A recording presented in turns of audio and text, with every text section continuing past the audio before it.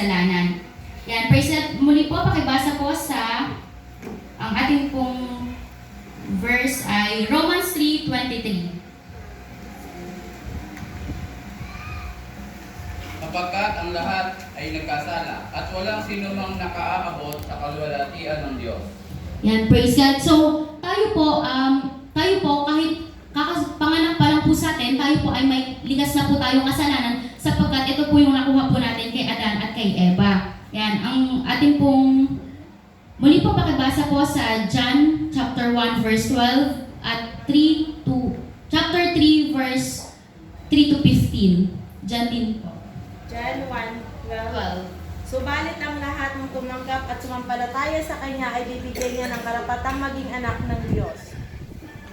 John chapter 3 verse 3 to 15. Sumagot si Jesus, tandaan mo ang sinasabi kong ito. Malibang ipanganak ng muli ang isang tao, hindi niya makikita ang paghahari ng Diyos. Paano may panganganak pang muli ang isang tao matanda na? Makakapasok pa ba siya sa sinapupunan ng kanyang ina para muling ipanganak? Tanong ni Nicodemo. Sagot naman ni Jesus, tandaan mo ang sinasabi kong ito. Malibang ang isang tao ay ipanganak sa pamamagitan ng tubig at espiritu, hindi siya makakapasok sa kaharian ng Diyos. Ang taong ipinanganak sa laman ay laman, at ang ipinanganak sa espiritu ay espiritu. Huwag kang magtaka sa sinasabi ko sa iyo. Kayong lahat ay kailangang ipanganak ng muli. Verse 8, umiihip ang hangin kung saan ito nais, at naririnig mo ang tugong nito. Ngunit, hindi mo alam kung saan ito nanggagaling at kung saan pupunta. Ganon din ang bawat ipinanganak sa espiritu. Paano mangyayari iyon? Tanong ni Nicodemo. Sumagot si Jesus, guro ka pa naman ng Israel. Hindi mo nauunawaan ang mga bagay na ito. Baka tandaan mo, ang sinasabi namin ay nalalaman namin, at ang pinapatotohanan namin ay nasaksihan namin. Subalit hindi ninyo tinanggap ang aming patotoo. Kung hindi ninyo pinaniniwalaan ang sinasabi ko tungkol sa mga bagay dito sa mundo, paano pa ninyo mapapaniwalaan ang sasabihin kong tungkol sa mga bagay doon sa langit? Wala pang sinumang umakyat sa langit, kundi ang bumaba mula sa langit, ang anak ng tao. At kung paanong itinaas ni Moises ang tansong ahas doon sa ilang, gayon din naman, kailangang itaas ang anak ng tao. Verse 15, upang ang sinumang sumampalataya sa Kanya ay magkaroon ng buhay na walang hanggan. And praise God po rin po ang pagkabasa ng salita ng ating Diyos. Maraming salamat po kay Osman at Ate Madel. And dahil nga po tayo po ay nasa ilalim po tayo ng sumpa ng kasalanan o likas na po sa atin na makasalanan tayo, ang isang paraan lang po, isang way lang daw po para po tayo ay makaalis sa kadiliman patungo po sa liwanag ay walang iba kundi tayo ay born again. Yan po mismo ang sinabi ng Panginoon kay Nicodemos. Yan. Sabi po dito, we need to be spiritually reborn to become children of God. And katulad po nung nabasa po ni Ate Madel at ni Kuya Rizman, kailangan po natin may panganak sa spirito upang tayo po ay maging anak ng Diyos. Praise God. Sabi po dito, to be born again does not refer to a physical rebirth, but a spiritual rebirth or spiritual cleansing. Sabi po dito, ang pagiging born again daw po na tinutukoy po dito ay hindi po tinutukoy ang physical na kapanganakang muli, kundi ang spiritual na kapanganakan po. At magpapalinis po ng ating spiritual. Yan, amen po ba? Sabi po rito, kung hiwalay po tayo kay Jesus, ang ating pong spiritual ay patay. Na mababasa po sa Romans 6 verse 23. Sapagat kamatayan ang kabayaran ng kasalanan, ngunit libreng kaloob ng Diyos ay buhay na walang hanggan sa pamamagitan ni Kristo Jesus na ating Panginoon. Praise God. So, ang kabayaran daw po ng ating kasalanan ay kamatayan. Kung nung hindi pa po tayo nabuborn again, tayo po ay puro lang po tayo kasalanan at ang kahulugan po ng kasalanan ay nakamatay. Ang tinutukoy doon ay ang hindi po kamatayan ng physical po natin, kundi yung pagiging likas na makasalanan po natin.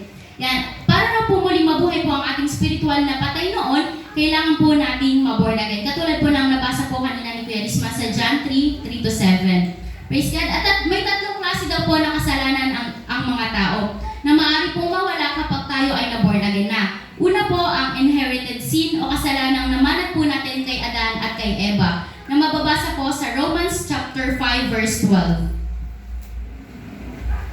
Sa pamamagitan ng isang tao at ang kamatayan ay pumasok sa pamamagitan ng kasalanan. Dahil dito, lumaganap ang kamatayan sa lahat ng tao sapagkat ang lahat ay nagkasala. And praise God. So, kahit po sabihin natin na hindi tayo gumawa ng masama, hindi tayo gumawa ng mali, pero sa simula pa lang po, nung ipinanganak pa lang po tayo po ay mayroon ng nakuhang kasalanan mula po kay Adan at kay Eva. Ito po yung tinatawag na inherited sin. Pangalawa po ay imputed sin. Ito po yung kasalanan na namana po natin sa ating mga ninuno at magulang bunga po ng kanilang kasalanan. Sa Exodus chapter 20 verse 5 at Exodus chapter 34 verse 7. Verse 5, Exodus chapter 34 verse 7. Exodus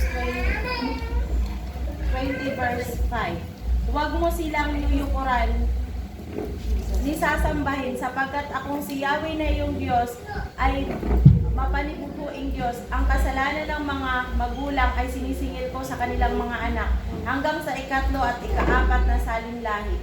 Amen. Praise God. Sa Exodus Sukat ko ang aking pangalibo, maging sa libo-libo, at patuloy kong ipinapatawad ang kanilang kasamaan, pagsuway at pagkakasala. Ngunit hindi ko pinalalampas ang kasalanan ng ama, at ang pagpaparusa ko'y hanggang sa ikatlo at ikaapat na salin lahi. Praise God. Ang imputed sin daw po ay ito po ay namamana ng tatlo o hanggang sa ikaapat na saling lahi. Ang kada generation po ang ating pong ang tinuro po sa amin ni Kuya Al, ang isang generation po ay nasa 30 hanggang 40 taon po. So kung apat na saling lahi po, itatimes po natin yan kung sa loob lang ng 30 years ay mayroon pong 120 years. 120 years po na namamana po natin ang kasalanan po ng ating mga ninuno o ng ating magulang. Pero saan na po ba nagmumula yung kasalanan po yun? Ito po ay nagmumula kapag ang iyong magulang po o ang iyong lola at ang iyong lolo ay hindi pa nagsama po sila nang hindi pa po sila naboborn again. Sapagkat sila po ay may kasalanan panglikas at hindi pa po sila naboborn again, kaya po ang kasalanan po ng iyong lolo ay magsasama at hanggang sa ikaapat na salin lahi po, halimbawa yung lolo ng lolo mo, yun po ay may kasalanan at hindi pa po sila naboborn again, ikaw rin po ay may namanang kasalanan o imputed sin. Pero kapag maaari lang po itong maputol kapag ang iyong mga magulang po, halimbawa po ang iyong lolo ay may kasalanan po at hindi pa po sila na born again, pero ang iyong magulang po ay na born again na bago ka pa ipanganak, at ang iyong tatay po ay born again na rin bago ka ipanganak, naputol na po yung imputed sin na po yun. Hindi na po siya magtutuloy-tuloy sa susunod pang generation. Ayan.